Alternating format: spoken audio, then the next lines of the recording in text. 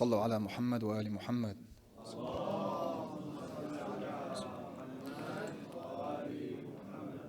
أعوذ بالله من الشيطان الرجيم. بسم الله الرحمن الرحيم. الحمد لله رب العالمين. وصلى الله على سيدنا محمد وآله الطيبين الطاهرين.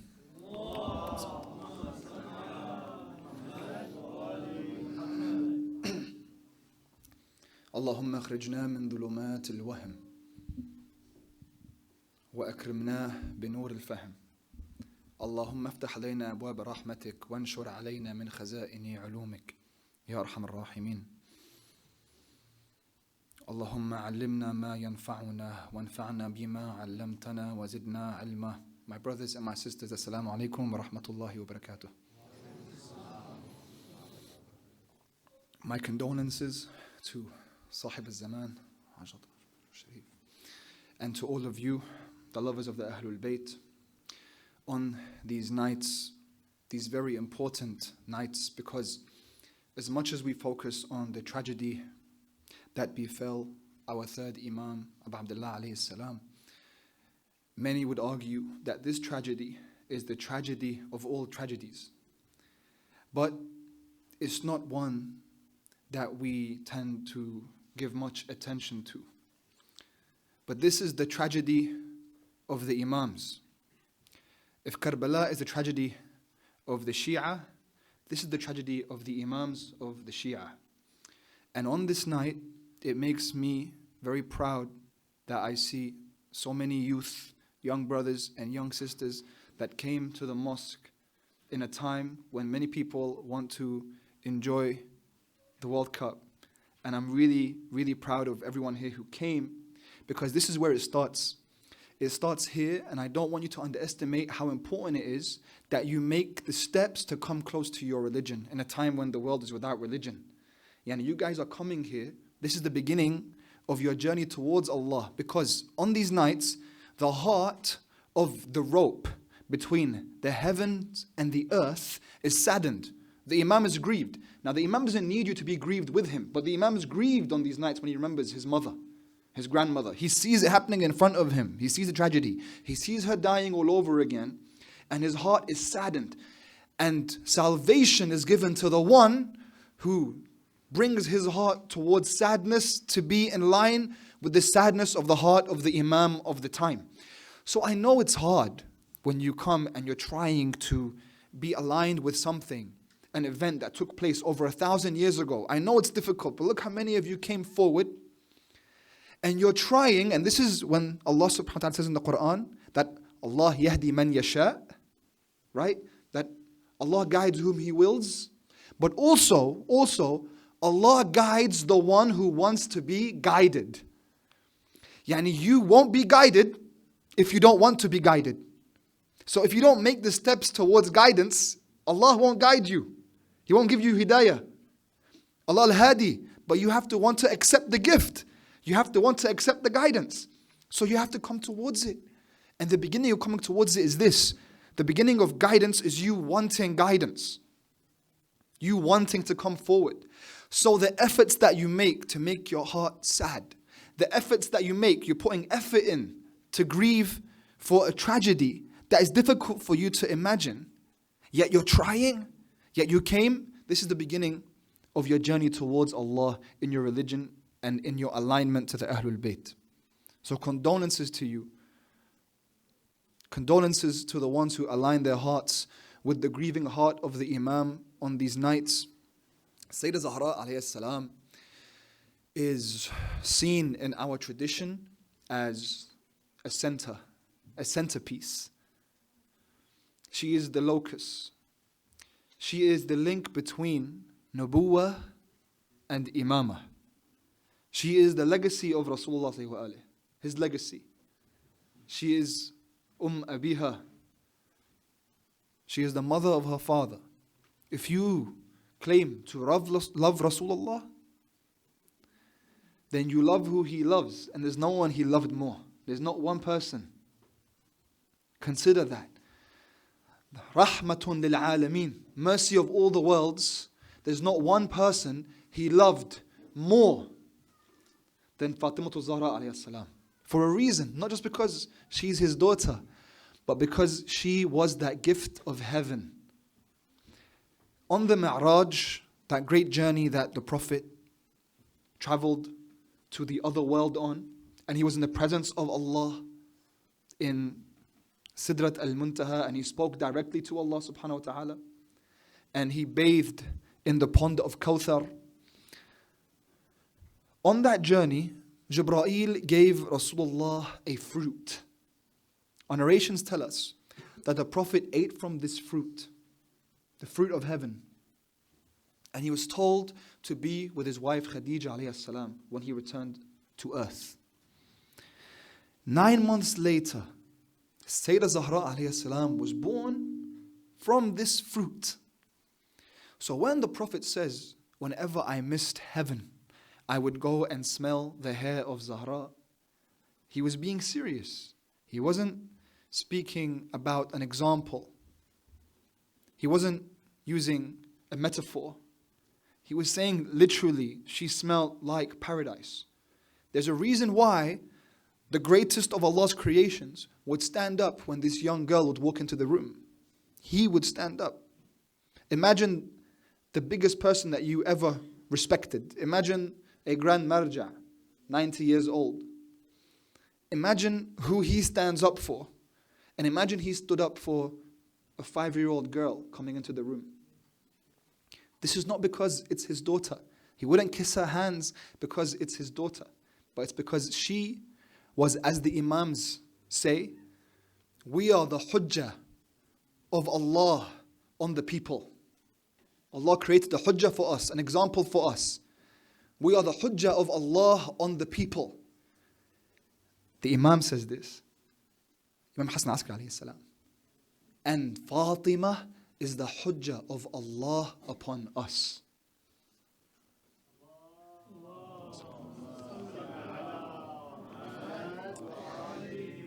Do you know what that means? Do you know how you call out, Ya Hussein? You know what Hussein calls out? Ya Zahra. Hussein calls out, Ya Zahra. Ya Fatima. You call out, Ya Hussein. Imam Hussein calls out his mother's name. She's the hujjah of Allah upon the Imams. She's the locus point. She's the link between Nubuwwah and Imamah. She carried, as they say, al-thiqlul akbar, because she carried something very heavy. The message of Rasulullah continued through Abu Abdullah alayhi salam. He's a very heavy message to carry. Imam al-Hussein alayhi salam. He has a very special position with Allah because his sacrifice continues everything. She carried that. On these nights that we've been blessed to seek knowledge on, I want to speak about a topic that has become very important in the last decade, most so in recent times, in the last couple of years. Every year I come back to London, I feel like it's a different place because of this topic, the idea of man and woman and family. And it's become almost a taboo to speak about notions of man and notions of woman. Yani if we say a man is supposed to do this or a man is supposed to be like this, a woman is supposed to be like this, that's not allowed anymore, apparently. Who told you that a man should be like that? And who told you that a woman should be like this? Forget about thousands of years of civilization because those were just constructions of society. And of course, we're not saying that the group that we call women have not been oppressed and throughout history. They have been. Maybe the group most oppressed throughout history is that.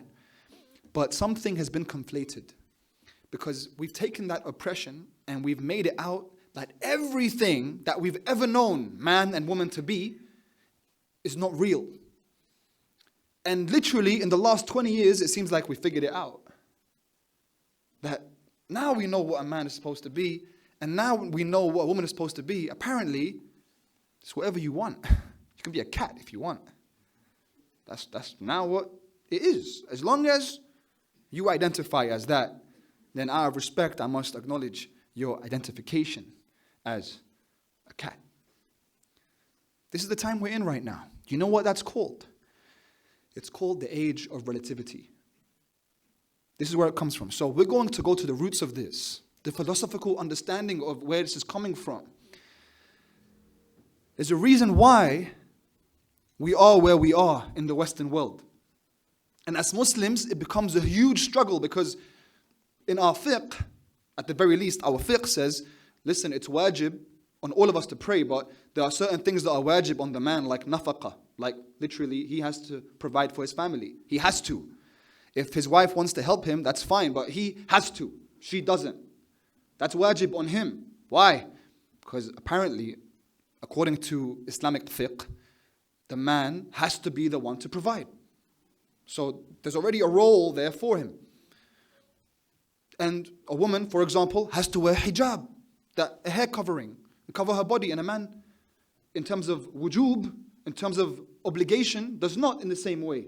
So we see it as different. We see it as specific laws that apply to each group. But in the modern understanding, this isn't the case. So as Muslims, in a world of modernity and post-modernity, it's confusing for us. Okay, so which is it? Especially if we are at university and everyone around us right now is a proponent of either feminism or LGBT and all of these different ideas around gender, we almost become scared, or we don't even know, or we start to question ourselves and our tradition, and we ask our parents and they don't know because they just say that's always been the way it's been. So then we say, maybe they have a point. Maybe we don't know what's going on. And then that goes into everything else, not only gender, but everything. Everything becomes relative. So we are in an age of relativity where everything is relative because that's your way. This is my way. And I respect you and you respect me. And that's it. There's no one that's wrong. Apparently, there's no one that's wrong. Because if you try to claim, as happened to me when I was at university, they used to call me an absolutist, as if that was a derogatory term. Because when I'd say things in class, I would say things as if they were the truth, if I was saying them.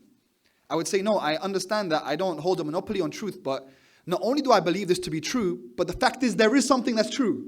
That became debated. They say, no, you're an absolutist. It's not that way. You know, that's your opinion. And it might have some truth to it, and my opinion also might have some truth to it. So there's truth everywhere. It becomes very relative. That's the place we're in right now. Relativity everywhere. So this relativity is the disease of modernity. And it's flowed into our ideas about man and woman. I'm not sure if you guys got to see that recent documentary. If you haven't seen it, I'd recommend you see it. Called What is a Woman?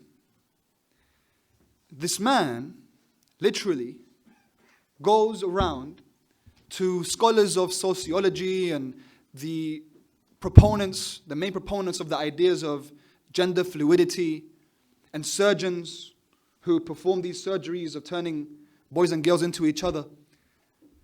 And he asks them, what makes a woman a woman? And he asks them, what makes a woman a woman?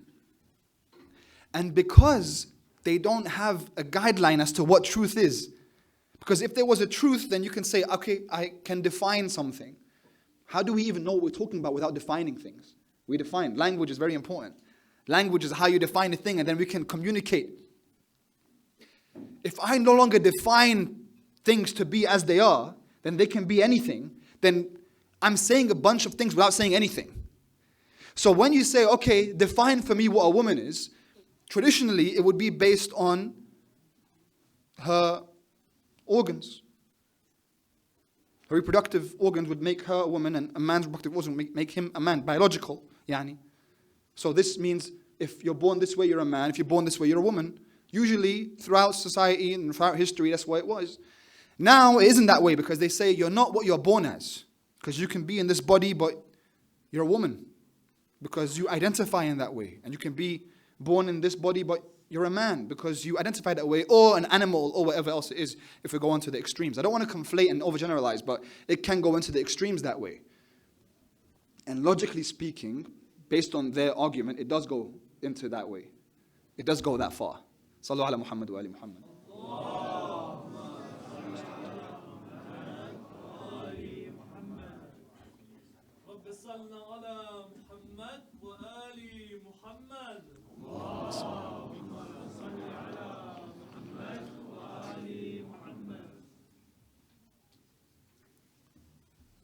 So we are in a place where everything is relative. Now, if you go on YouTube and you see the modern arguments, they are based on the idea of relativity.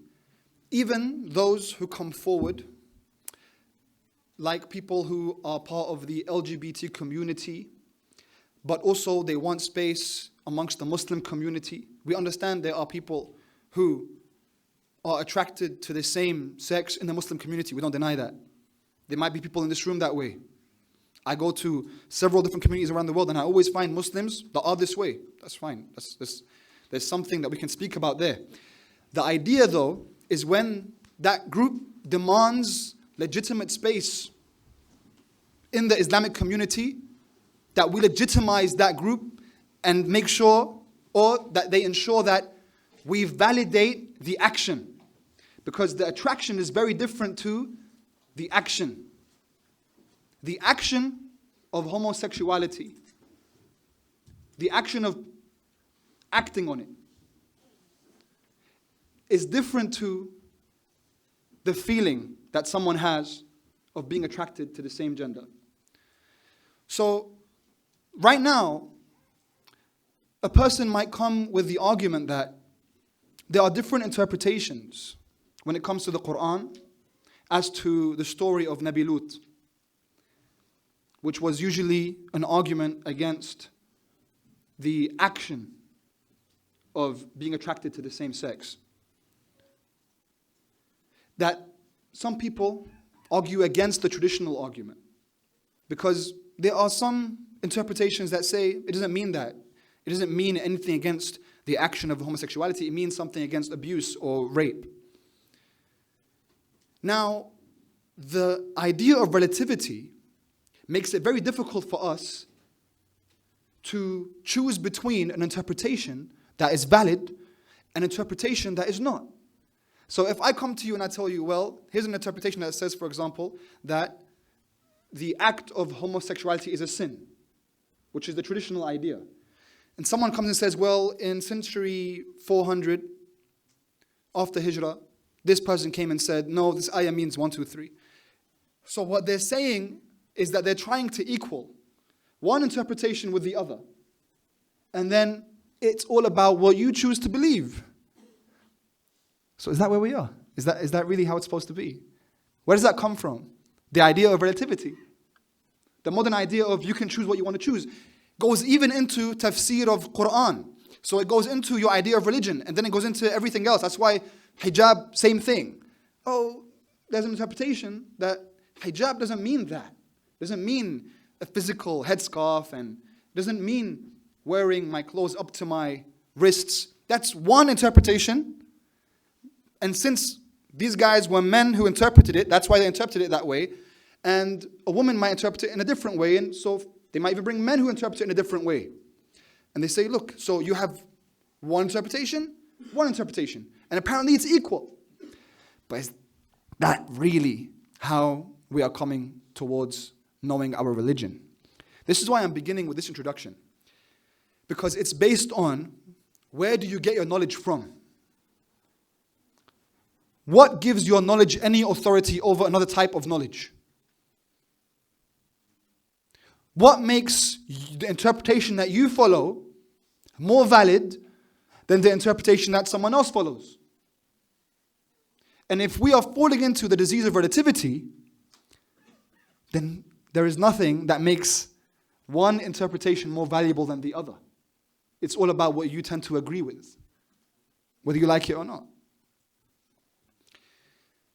So, Islam goes from a place where Jihadul Akbar, fighting against the self and the ego, was a main aspect of the deen, into you are what you are, love yourself for it, and you can find an interpretation that suits your way of life. So there's no more Jihadul Akbar really.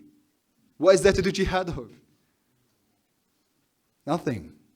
If we fall into the path of relativity. So the idea of epistemology means the value of knowledge, of where you get your knowledge from, what gives you authority, is very important when we begin this discussion.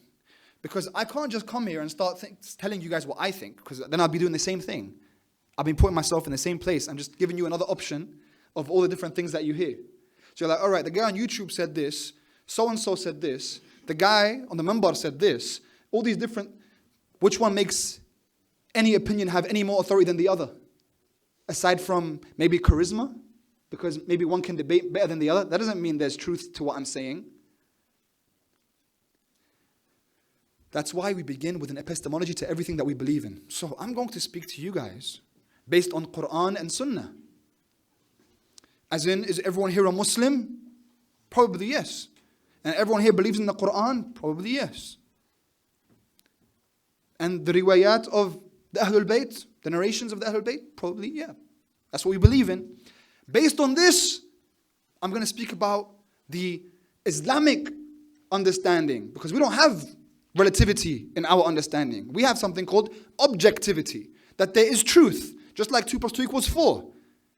Now, we don't claim to know the truth about everything. There are some things that are hazy to us, but we have people, the ones that we are relying on for their interpretations, that not only give us interpretations that are alike over 1,000 years. So when I'm looking at these apparent equal interpretations, there's 1,000 years of something, let's say ijma', okay, the unanimous agreement of all scholars, and then maybe there was 1 or 2 people that came out and had a different opinion. So in terms of just the sheer amount of scholars, over 1,000 years of scholars, well, when I say scholars, what do I mean? I don't mean, someone like me is a baby compared to a grand scholar. I'm talking about great scholars, 70, 80 years, legends of this tradition. Over 1,000 years, from Shaykh al-Tusi, Shaykh al-Mufid, 1,000 years ago, to a few hundred years ago, like Shaykh al-Akbar, Shaykh al-Hilli, al-Akhand, recently, Sayyid al-Khou'i, amazing scholars, grand scholars, that all have very similar interpretations. Not only over a vast amount of time, but the quality of the interpreter. The quality really matters. People don't think about the quality as much. And then this person comes along that can't even speak Arabic, that has a PhD in a word that I can't pronounce, and they say the Quran says this, Allah meant this, and then that makes it equal to the other opinion. Does that have the same effect when we want to be medicated, for example? If we are going for surgery, we want the best doctors to look at our problems or to perform surgery on us. Right? When it comes to medicine, when it comes to our physical health, because we value that. Why is it when it comes to religion, we don't do that? When it comes to religion, it's what anyone claims to say, and if it's in agreement with what I supposed, then apparently, you know what, I'm leaning towards them as making more sense. Because you want it easy. Is that what gives authority to truth or to an opinion? That's not what gives authority. We want to go to actual truth. So, when it comes to masters of a science, that gives it more authority, especially if they're all saying the same thing. And the ideas of man and woman have been agreed upon for 1,000 years. When it comes to the fiqh ideas, they've been agreed upon for 1,000 years, for over 1,000 years. Not only with the Shia, with the Sunni, with all sorts of denominations in Islam, let alone other religions, with Christianity and Judaism, let alone biologically speaking, an attraction in what men have always liked in a woman, in what women have always liked in a man, what they're attracted to. You know, as a man, even right now, as much as people want to deny it, Men are not attracted to the archetype of the woman that is the boss, CEO, walking around telling everyone what to do, even though that's something that people applaud now, and it's the independent woman that everyone loves and wants to be like. But if you ask, biologically speaking, not talking about Muslims here, most men, is that attractive? It's not as attractive for most men. There are some men that like that, but most men don't. And likewise, the opposite way, as much as they want to deny it, when a woman comes towards a man, she's not attracted to what we call in Lebanese a tutu. She's not. That follows her everywhere, whatever you want to do. She wants a leader, a strong man, decisive. That's attractive. Even if she's strong, she wants someone stronger. She might say she doesn't, but she does. And not everyone, I don't want to overgeneralize like I'm saying, but this is the common consensus. Biologically speaking, based on attraction. And that's why right now, you see so many people suffering. And unfortunately, a lot of modern feminists who are moving into their late 30s and 40s are now coming to the realization, regretting what they were speaking about in their 20s and early 30s, because a lot of them are going unmarried. And this is seen when it comes to statistics on what to invest in the future. Financially speaking, you invest in things that are no longer for the family, because the family is becoming broken now. When it comes to the idea of the family was the last sacred institution, that which was still given meaning by something other than just pure biology, that there was something sacred to it, something from the heavens for family. Everything else was revolted against. The church was revolted against in the West. And we split between state and religion. But the family, the traditional nuclear family, survived. It wasn't attacked in the beginning. Theology was attacked. But over time, we realized religion was the guardian of the family. And now, as we start to break down the ideas of what a man is and what a woman is, we no longer know. The family is starting to break down. We don't know what a man is supposed to be. A lot of young men now don't know what man's supposed to be. Certain sisters are looking to get married. They can't find a quality man because he's more sisterly than the sister. And likewise, the opposite is also true. And it's a sign of the end of times. When the Prophet said that men will begin to act like women and women begin to act like men. To begin to dress in opposite ways. That means there's a meaning, there's an actual way for a woman to dress, an actual way for a man to dress, and according to the Prophet. This idea of muru'ah that people no longer honor right now. There's a certain honor in muru'ah. That's for men and women. A certain chivalry in men and women. In certain ways that we sit. In certain ways that we speak for men and women. That give us more honor and respect. In Islam, we have this idea of akhlaq in our behavior, which now is apparently seen as derogatory. Don't speak to me like that. Because it's objectifying the person as if I'm supposed to speak a certain way that you like. No, there's a way that Allah likes a man to be. A certain way that Allah subhanahu wa ta'ala likes a woman to be. And here's the point. In the Islamic understanding, we have objectivity. It's not relative. So there's a way to be. So we want to find out what that way to be is. Because what's the point of Islam? What's the point of us coming close to religion? What's the point? We believe there is truth, and we want that truth. And what is truth? In Arabic we call truth haqq. Who is haqq? Allah. Allah huwa al-haqq. He is reality. He is the truth. That's the point. I want Allah. I want the truth. If I want Allah, that means I want tawheed. I want the names of God. I want to live by the truth. I want to live by the way of Allah subhanahu wa ta'ala.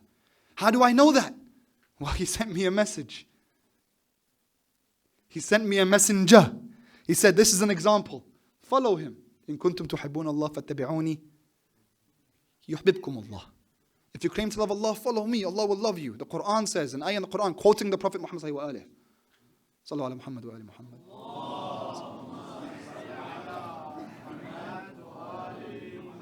If the brothers can come as forward as they can, please, to make room for people at the back, that'll be great. And the sisters too, please, if you can do that as well. Thank you. Sallallahu ala Muhammad wa ali Muhammad.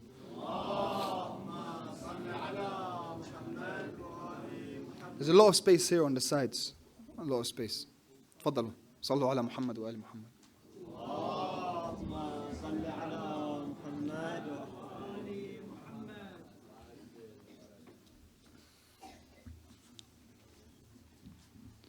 Sallu ala Muhammad wa ali Muhammad.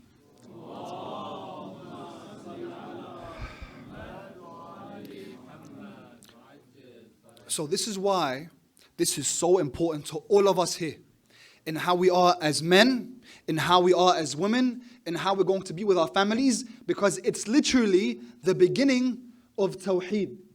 Literally. I want to come towards my religion. How am I supposed to be? As a man, as a woman, as a parent, as a father, and as a mother. There's a way Allah wants me to be? Yes. Because Allah in Himself is objective. Allah is not relative. Allah is objective. Reality. Reality is objective. Reality doesn't change. If things change, there's no knowledge. There's nothing that's true, which is the world we're in. Nothing is true anymore. So there's confusion. But in Islam, there's no confusion around it. That's why they want to eradicate that. That's why you have to hold on to it. It's going to be like you're holding on to hot coal, as the Prophet says in the end of times. That's how it is now. It's painful. But you have to hold on to it. There's a real way to be.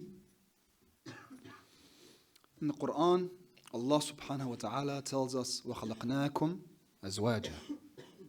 We created you in pairs. That's the first thing that we're going to begin with. All right, so Islam says everything's in pairs. So when it comes to the human being, insan is not a man or woman. When Allah says insan, when Allah says nas, that's just human being.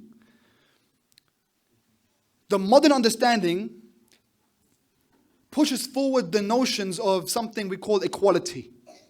And it sounds really good because, yeah, everyone should be equal. So we're with that. But that's not what equality always means. Equality means everything is the same. That you deserve the same as that person. You do the same as that person. Equal. But we don't believe in that.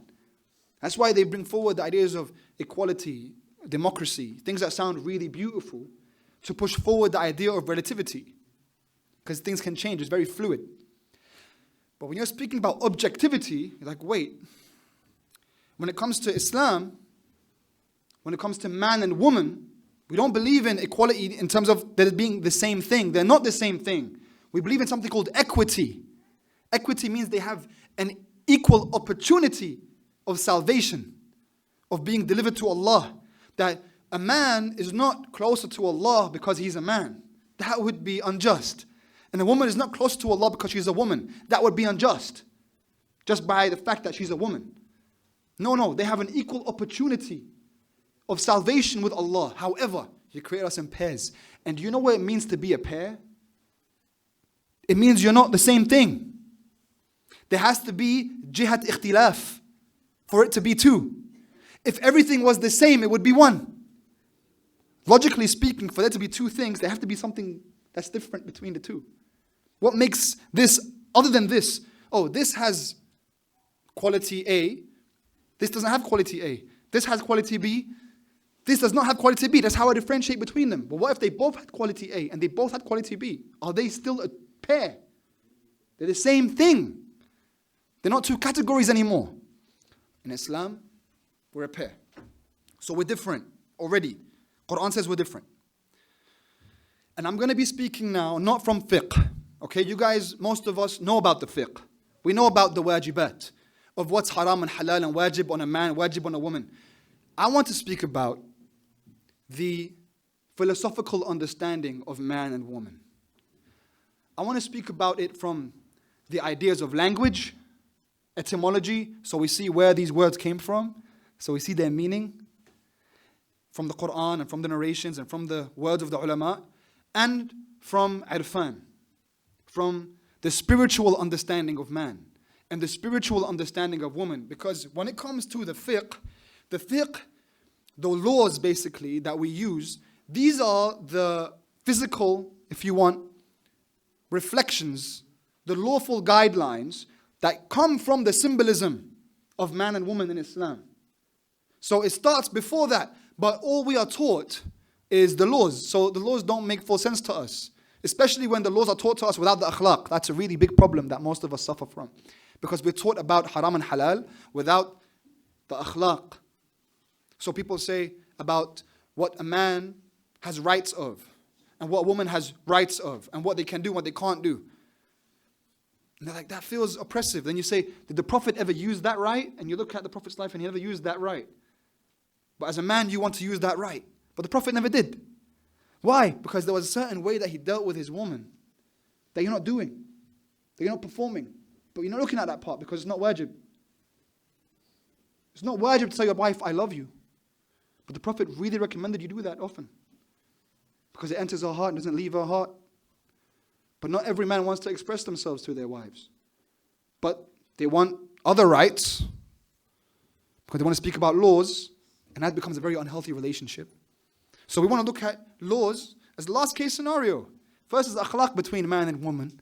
But even before that, where did the behavior, this akhlaq and this fiqh come from?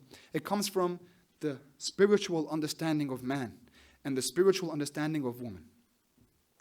And I'm going to begin with language. In terms of the Quran, the way in which Allah subhanahu wa ta'ala himself refers to himself. Right? Because that's the beginning of everything. Awwaluddin ma'rifatullah. The beginning of religion is to know Allah. Isn't that the point of what we're saying?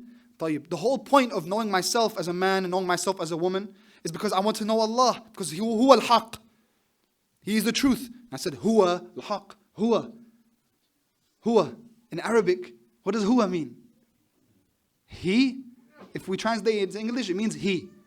So then straight away, we feel like, wait, how come Allah is referring to himself in the masculine sense? Is he male? No, astaghfirullah, he's not male. He's not female. He's not a body. He is above a body, above male, above female. He is not, as Christians say, father. There is a masculine context in the Christian language, in Christian literature, where he is more masculine, Father of heaven. But we don't believe in Allah having a body. We don't believe in Allah being a man or a woman. Then how come Allah subhanahu wa ta'ala refers to himself as huwa? Because here is the problem. That someone might come and start saying, He Allah. He Allah. There are Muslims that like to say here, because it's calling Allah's feminine names. But that's a problem. Why is it a problem? Because Allah doesn't refer to himself as here. That's why. قُلْ هُوَ اللَّهُ أَحَدٌ. Not قُلْ هِيَ اللَّهُ أَحَدٌ. طيب, why am I trying to go against Allah in how he refers to himself? But what does it mean then? Why is he using he? Because in Arabic, the grammarians, so you have to go towards the experts of the science. The grammarians say huwa does not necessarily mean masculine when Allah refers to himself. It's gender neutral when he uses it in that context. Out of respect, we say huwa, since he used that, because we don't want to say it, هذا, or that. We don't want to say that, Allah, it is. You don't even say it is about a human being. You know, about a human being, you don't say it about a person. That's very disrespectful. What do you mean it? You don't even say that about, usually if you say it about a dog, the dog owner usually is upset by that. Don't say it, it's a boy, it's a good boy. Astaghfirullah. Tayyib. I don't want to say it about Lord of the universe and all of creation. What do I say, Allah? Teach me. How do I call upon you? Qul. Say, Huwa Allah. He is Allah. Lam yalid wa lam yulad. He's not born of a mother. Nor does he have a child. Allah. Reality. Haqq. Above everything. We begin from here. Tayyib. Allah has names. I want to know Allah. How do I know Him? Before I come to Quran, before I come to narrations, before I speak about how Allah refers to Himself, let me look at the qualities that I can see in my intellect. Let me see what I have. If Allah created me, creator, Al-Khaliq. So Allah has the name of the creator, Al-Khaliq, because He created me. I know I'm here. I didn't just appear here. Allah created me. طيب, I'm alive. Can He who created me be dead? We say, فاقد الشيء لا يعطيه. If you don't have a thing, you cannot give a thing. You can't give what you don't have. Allah can't give life if He was not alive. So Allah is alive. Huwa al-Hayy. Now we're starting to see His names just on our own, from intellectual observation. I have willpower, I have qudra. Huwa al-Qadir. He is the powerful, but the all-powerful. He is the all-living, because He is the source of life. He is the source of these qualities that I have in a limited sense. He has these qualities in an unlimited sense. So I'm starting to understand Him more, because the reason why I'm doing this is, guys, is because we know who to be after we look at Allah, contemplate on Tawheed, the beginning of Islam, or objectivity. Okay, so always keep in mind the epistemology of what we're doing. My brothers, if we can come forward, sisters, come forward, please, just to fit in everyone, mashallah. Sallallahu ala Muhammad wa ala Muhammad.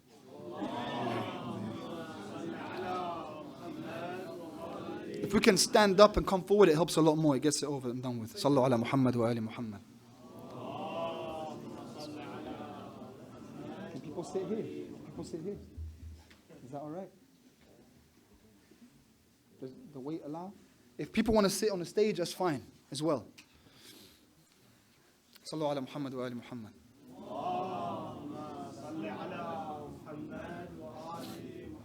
Okay, so Huwa al-Khaliq, He created me.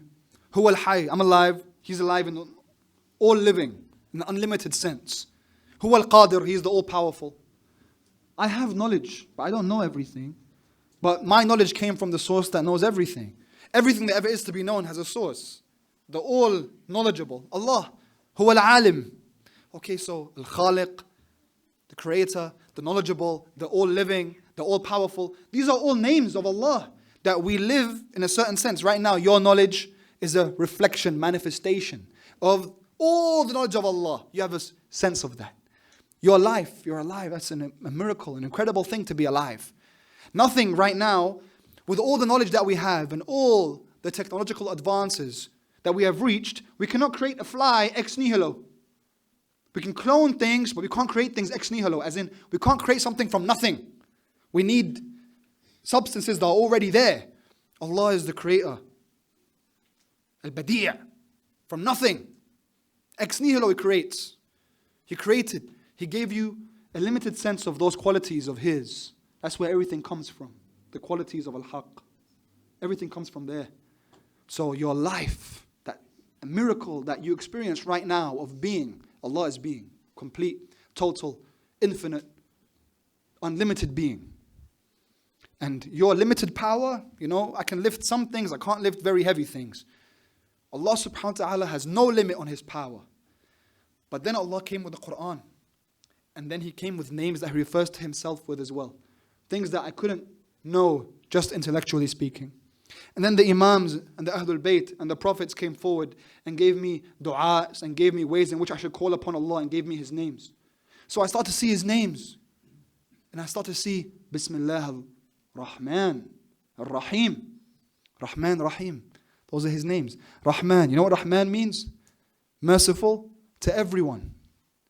Merciful to everyone. Allahur Rahman. But Rahim is merciful only to the believers. An extra type of mercy for believers. Not all people. Not everything. But now we start to know more about Allah. More about reality. From our revelation. The message that was sent to us. I'm going through this so you understand your epistemology. So you understand why we believe in what we believe. Okay? It's not just because I said so. You have a method. There's a methodology to know things. The people that are coming forward with counter arguments are not giving you the methodology. They're saying things that sound sparky and attractive and confusing you. But then if you were just to ask them, where'd you get that from? 1, 2, 3, 4. Go back to the beginning. They can't. There's no epistemology, no methodology, so it's weak. When you have epistemology, methodology, you're strong. So then, I see in my tradition, Allah, names. You know we say 99 names, there are more than that. There are more than 99. The names of Allah, are they parts of Allah? They're not parts of Him. He has no parts. He is infinite, He is simple. Simple meaning ahad. As in, He's not made up of parts. If He was made up of parts, He would be needy. Because they would need each other. Like a body made up of parts. He's not made up of parts. He is unneedy. Huwa al-ghani. He doesn't need anything else to subsist, to exist like we do. So, you are faqir. Huwa al-ghani. He is the all-wealthy. He needs nothing. طيب, these are all names of Allah. Now I'm getting to know Him. I'm getting to experience throughout life. Now I see, okay, these names manifested into what we know as the world. When we look at the world around us, where is all this coming from? What is all this? What is the experience of being and living except manifestation of Allah's names? It's not Allah, the way some people try to make it sound like and say it's kufr. No, we're not saying that. We're saying this world is a mirror of the qualities of Allah's names. You as a human being, insan, was created with the objective to polish your mirror, to make it as clean as it possibly can be, to reflect Allah's names in the most beautiful way. تَخَلَّقُوا بِأَخْلَاقِ اللَّهِ, to have the akhlaq of Allah in the way He deals with. So you can be Rahman, Rahim. In the limited sense, the same way you are alive and you have knowledge and you have power in the limited sense. Because when you manifest those names, you become closer to al-haq, to the real, as to why you were born, why you were created, why you have these 70, 80 odd years. If you're given the opportunity to exist in this world, you exist forever. But to be in this world, in your physical vessel, to try to exemplify best these names. Now, we see these names around us a lot as well. That's why when you go out, for those of you who love nature, and you see the birds and the sky and the mountains, and you say, subhanAllah, how beautiful stars at night, when you're in a place with no light pollution. You say, wow, it's amazing. Why? Because it's beauty, it's beautiful. You love beauty. Beauty is from where? Allah huwa al-jameel wa yuhibbu al-jamal. Allah is beauty and He loves beauty. So all beauty that you've seen, when you're dumbfounded even by a face of another human being, and you say, wow, how beautiful that person is, that's just a shadow of real beauty, of al-jamal al-haqiqi. That's just a shadow of it. That's a hujjah on you though. Okay, so then the scholars of Irfan say that the categories of the names of Allah were split into two. Into the names of Jamal, of beauty, and the names of majesty. Because the same way He's the Rahman Rahim, we also have names of Allah that are a bit scary. We see Al-Jabbar, scary. Al-Jabbar, the forceful. Shadidul Iqab. He's very strict with His wrath and His punishment. Al-Muntaqim. Allah subhanahu wa ta'ala is at the same time Ra'uf, Wadud, kind. Personally, when I'm sick, I call upon the names of majesty a lot. And subhanAllah, they just make me feel better. When I have a stomach ache, and I call upon the names, when I call upon Al-Jabbar. But just the name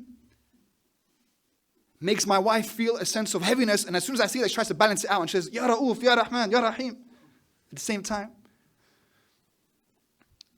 those names of Allah were split into two. The same way everything else is a manifestation of His names, so is insan as Adam and Eve. And man was manifested from the names of majesty, and woman was manifested from the names of beauty. And the point of your life as insan is to find all the names of majesty and beauty within you. And as a man, you have more predominant majestic qualities that you're supposed to reach.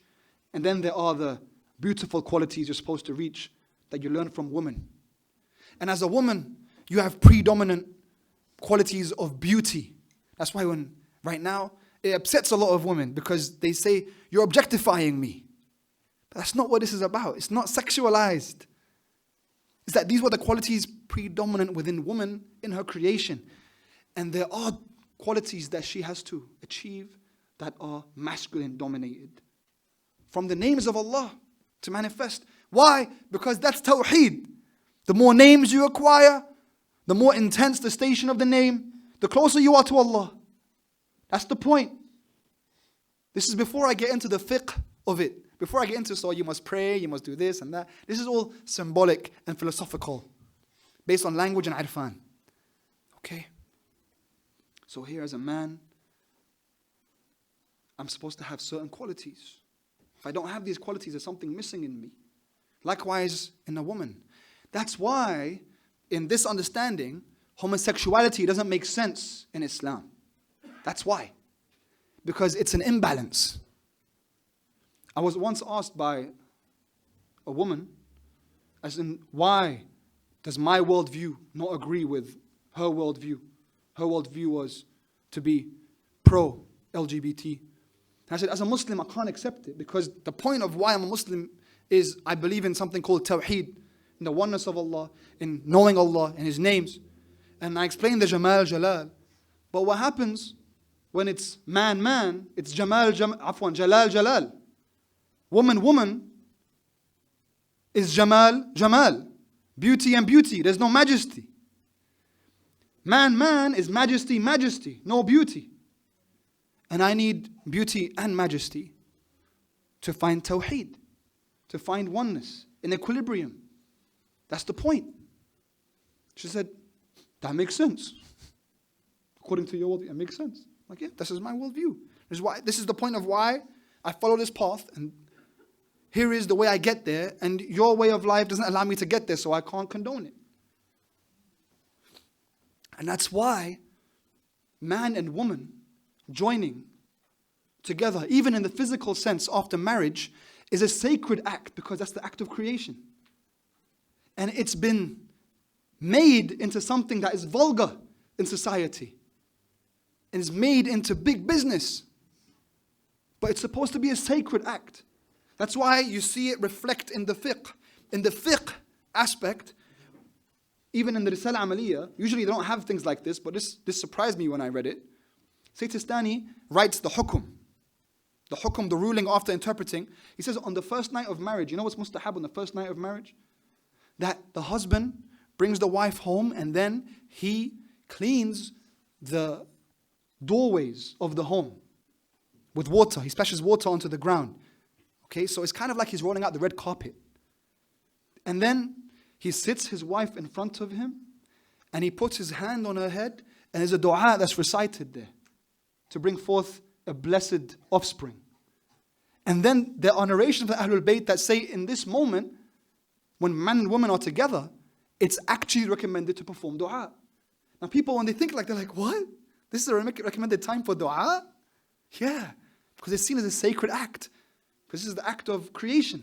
That's why in Arabic we call the womb of the woman, the beginning of life, rahm. Why? Reflecting what? Reflecting rahmah. Rahmah. Alaykum assalam, rahmatullah. Reflecting rahmah. Rahmah is what? Mercy. Why is that important? Because in our narrations it says Allah created everything from His rahmah. So rahmah and mercy are the beginning of all the creation. Sallu ala Muhammad wa ali Muhammad.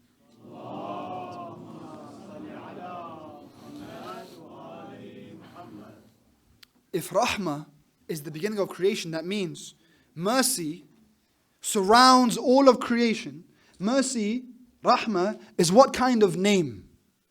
Is it Jalal or Jamal? It's Jamal. It's a feminine quality. So the feminine quality surrounds all of creation. It's a feminine quality that surrounds all of creation. And that's why they say that the woman is more naturally predisposed towards spirituality. Because the names that are predominantly feminine actually are easier. It makes it easier for someone to travel on the spiritual path. And so man is supposed to learn this from the woman, to bring into his life, to balance out the names in his life, for him to form an equilibrium. But the problem was, man throughout time was given dominion over woman by Allah, and he misused this power, and he rebelled against God. He made himself God, like Fir'aun. Ana rabbukum al-a'la. I'm the man. In psychology, in gender psychology, they call this the tyrant archetype in a man. The one that thinks to be manly is to shout or be violent, make yourself seem more powerful, scare them, fear. The man that can't handle it when he sees another man, sometimes maybe even his son, coming and taking his light. That's why you see these archetypes form where? In the workplace, in a certain manager, and certain fathers. They don't know how to handle that power and they abuse it. When woman saw man rebel against God, she rebelled against man. She saw what man did and she rebelled against him. And then man doesn't know how to be man anymore. We were supposed to be. And woman does not know how to be woman anymore, what she was supposed to be. And we end up in the mess that we find ourselves in today. That we don't know what we're supposed to do or where we're supposed to go. But Allah subhanahu wa ta'ala gave us an opportunity for us to move forward towards Him, to keep haqq in place. And subhanallah, you see it even in your real life. You see it in your parents. You see it in, I see it in my parents. When I'm in Lebanon, for the longest time, my phone calls with my parents, they're just very predictable. That my mother would call me. She'd be like, Habibi, are you okay? Did you eat? Did you sleep well? Is everything okay? Literally, if she called me yesterday, she'll answer the same questions. Maybe today he's cold. Maybe today he's hungry. So she cares a lot. My dad, yeah, كيف حبيبي ماشي الحال يلا سلام bye. What's going on? You good? All good. Why? Certain qualities that we see within them are dominant. I'm not saying that's the right way it's supposed to be. I'm just saying real life, as much as we want to deny it. There's a book called Love and Respect by Dr. Emerson Eggerichs that I recommend you guys look to, because when I start to speak about these notions, people always have a pushback. The book is called Love and Respect. What does he claim? He claims that men desire more respect from their woman, and women desire more love from their man. And when they don't get that, that's what creates the beginning of problems in their relationships. It doesn't mean that man doesn't want love and woman doesn't want respect. Of course they do. But that these are the main points that bring them towards an equilibrium in themselves. That a man wants to be respected. And if his wife gives him that respect, he's in equilibrium to be himself to the best of his ability. Likewise, when he gives his wife that love that she desires, that he's giving her opportunity to reach an equilibrium, because we're supposed to help each other. As husbands and wives, we're supposed to help each other achieve that equilibrium. That's why we come towards marriage. And this is the beginning of society, because family symbolizes the rest of society. That's why it's incumbent upon you, as men and women, to try to form your families around concepts of tawheed in your husband, in your wife, and in your children. Because it's going to be the beginning of the rest of the community and the rest of society. There's just one more hadith I want to speak about. I know I've taken long on you. Just be patient with me. Just one more hadith that I want to speak about to push forward what I spoke today. It's the hadith of when a man would spend all night in prayer and not with his wife. And his wife became upset. And she went and complained to Rasulullah sallallahu alaihi wasallam. And the Prophet became angry that the man had understood his religion to be only praying. And you can see that this man basically was not moving towards masculine qualities. He was spending the night in prayer, salat. Salat is understood as what? Grammatically speaking, it's feminine, salat. So that's a feminine action, understood in language. He's spending the entire night in prayer. We know prayer is very loved by Allah, but it's not more loved to Allah than given the rights to his wife. And the Prophet wanted to correct this understanding. So then, in his next talk with the believers, he said, believers, there are 3 things that I love. And he says it very passionately in the hadith. He says this very passionately. I love 3 things the most. I love salat. I love prayer. And I love tib, perfume, fragrance. So the Prophet loved fragrance the most. He spent most of his money on fragrance. So it's very recommended as a man as well to always smell good. And I love al-nisa, women. These are 3 things that I love the most. You want to be spiritual? You have to find an equilibrium between these 3 things. He's speaking to men here. Okay, you look at this hadith, and someone can just look at it and it might think of it in a very simplistic way, but I want to speak about the symbolism behind the hadith. Salat is grammatically feminine, we said, right? The first thing that the Prophet loved.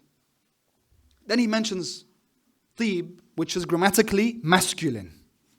Then he mentions nisa, which means woman, but nisa is also a grammatically feminine word. This is the symbolism I want to speak about because we're going to speak about here the masculine in between the 2 feminines, this polarity. The masculine between the 2 feminines. What is it that the human being wants the most in life? More than anything. You know, we see human beings around us going towards money, beauty, women, whatever it is, popularity, whatever it is has a source. All money and wealth has a source. All beauty has a source. It's Allah subhanahu wa ta'ala. That's the source of, it's because that's the source of all the names. So many people might not know it. But in their fitrah, the greatest millionaires of the world that want power, they want Allah. They just don't know that. So Elon Musk buying Twitter so he can control everything, it's because he really just wants Allah. He doesn't know that. That's what we would see in our theology as a human being in his fitrah. He wants more power. He might be using it in a wrong way. I'm not saying it's correct the way people exercise it, but where's it coming from? It's from the fitrah. The human being wants everything, the best that they can get. That's what your fitrah is. That's what your nature wants. The best thing you can ever get is Allah subhanahu wa ta'ala. But not just His names. What you really want, what everyone really wants, the biggest thing that everyone really wants is the essence. The essence of God. That, al-that, al-ilahiyya, which no one can ever come near. No one can. No one can comprehend or fathom the essence of God. But that's what everyone is trying to achieve closest to Allah. You would never reach a stage where you say, I've had enough. That's why on the Mi'raj, the Prophet keeps coming closer and closer until he gets to a point he can't get closer. Dana fatadalla fakana qaba qawsayni aw adna. He was so close.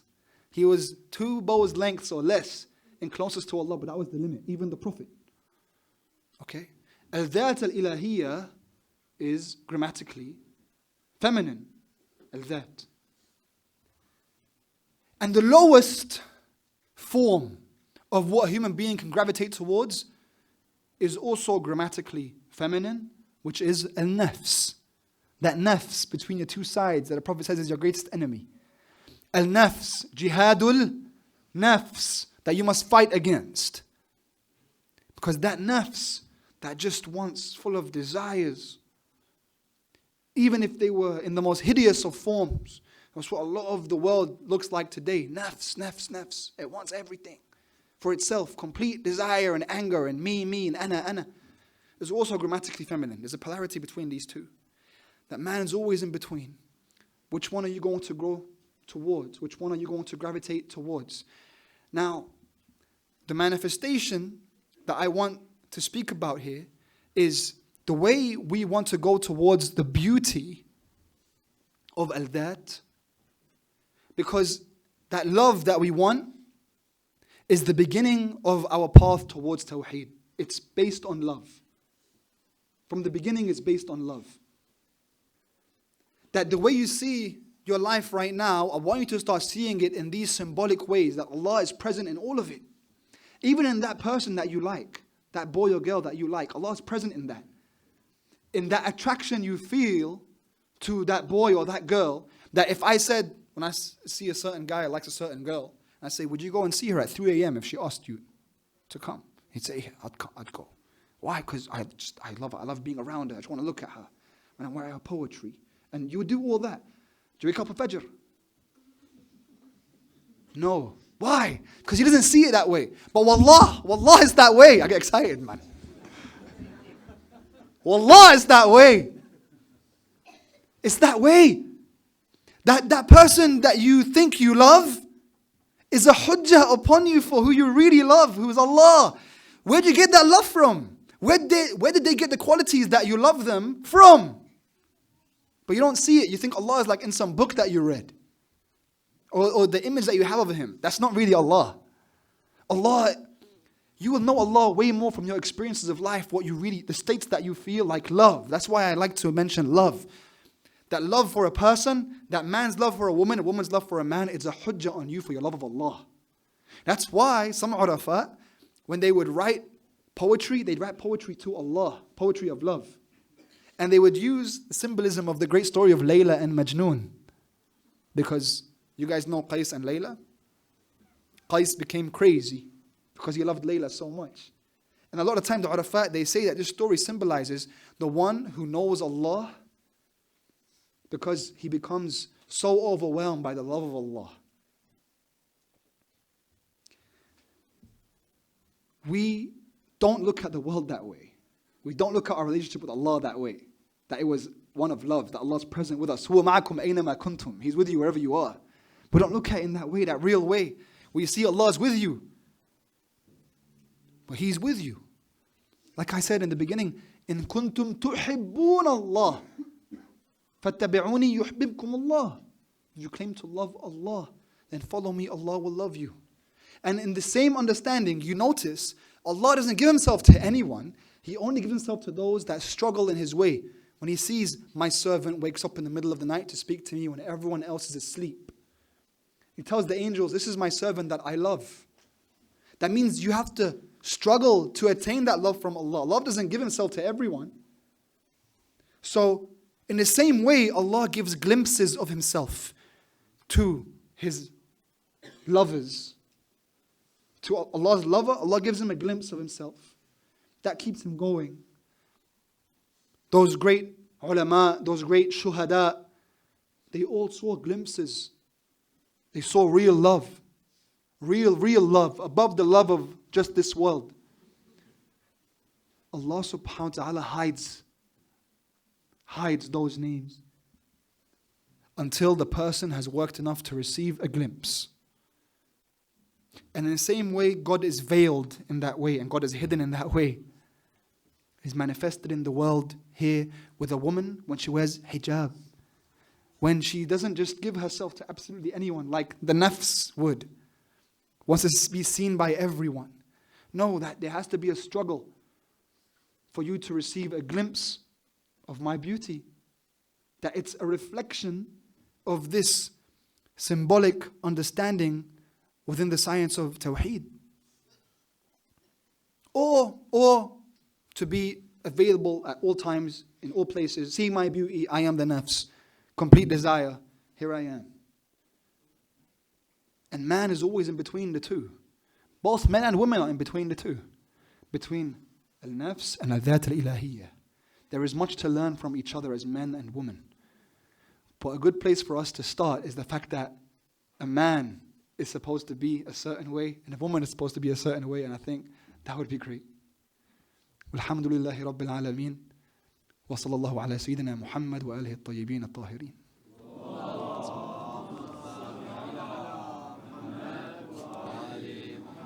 صلى الله عليك يا سيدتي يا مظلومة يا شهيدة يا زهراء.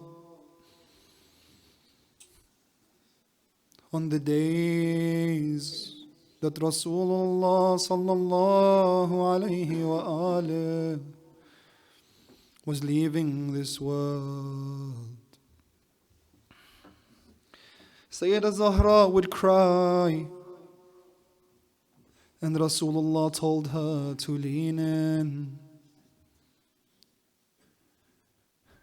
And Sayyidah Zahraa smiled as tears strolled down her face. Later, when she was asked, she cried for the departure of her beloved father. But she smiled that she would be reunited with him. In the reports, we are told that 75 days or 95 days after the passing of Rasulullah, Sayyidah Zahraa was experiencing her final days on this earth. She was sick and kept struggling with a fever suffered from her injuries. She tried to stand with a broken rib. Asma, her helper, would try to sit her down, but she would tell her, Ya Asma, let me stand. I want to prepare the food today for my children. She bathed her sons, Al-Hassan wal-Hussein and young Zainab. And then she placed the food in front of them and fed them and dressed them as if there was nothing wrong. And then she sent them to the masjid. Hassan, take your brother Hussein. Come see me later, my son. When the children left, Imam Ali sat down by the side of Fatimah. And then she looked at her beloved husband and she said, Ya Ali, you know why I just did what I did.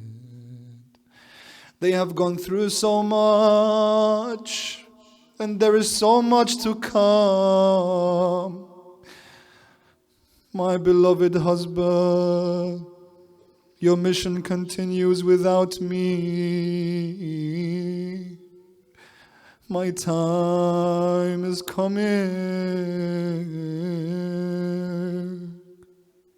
The Imam held her hand as tears began to stroll down his face.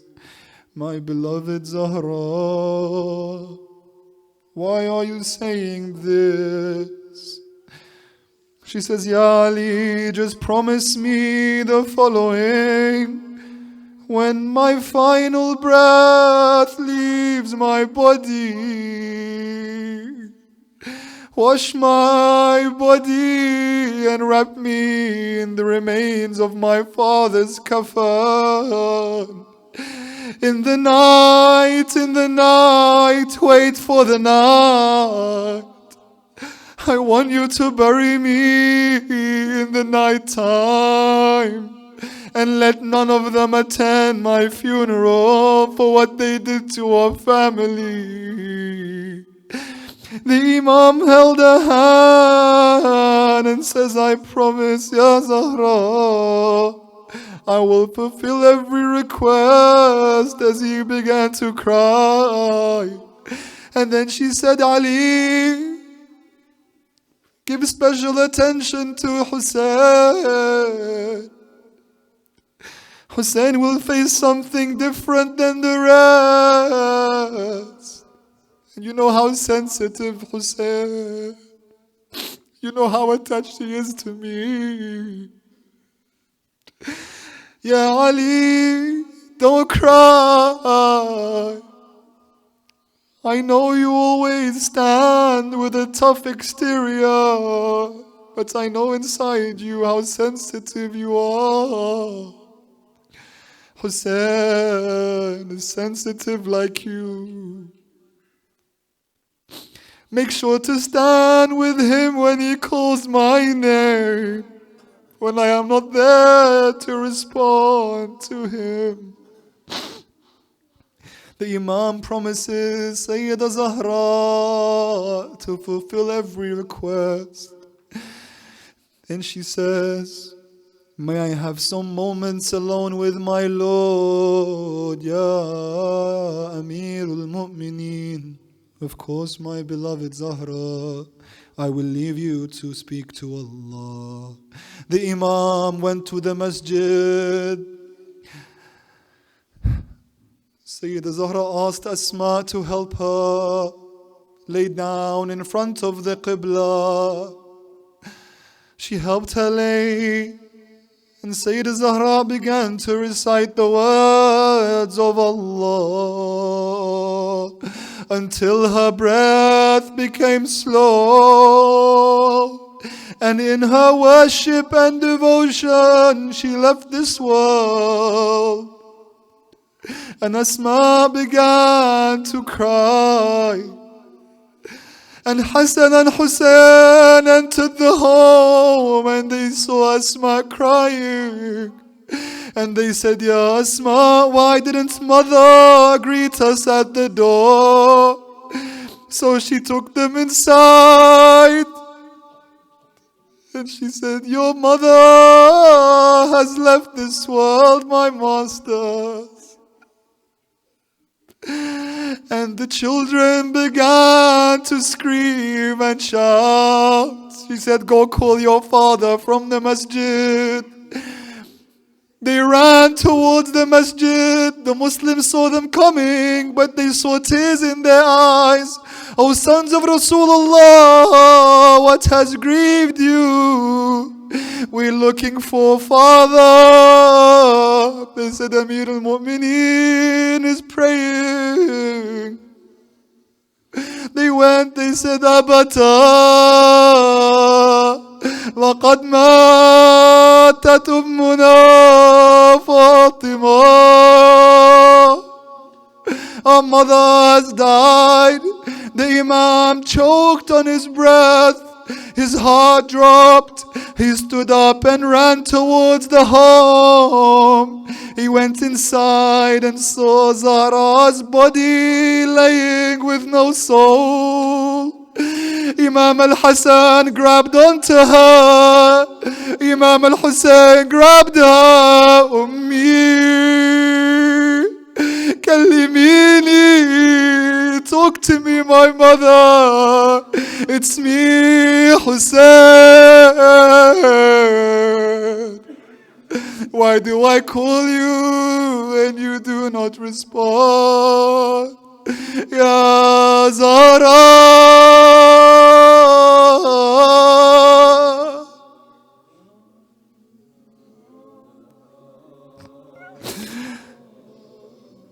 Ya Zahra.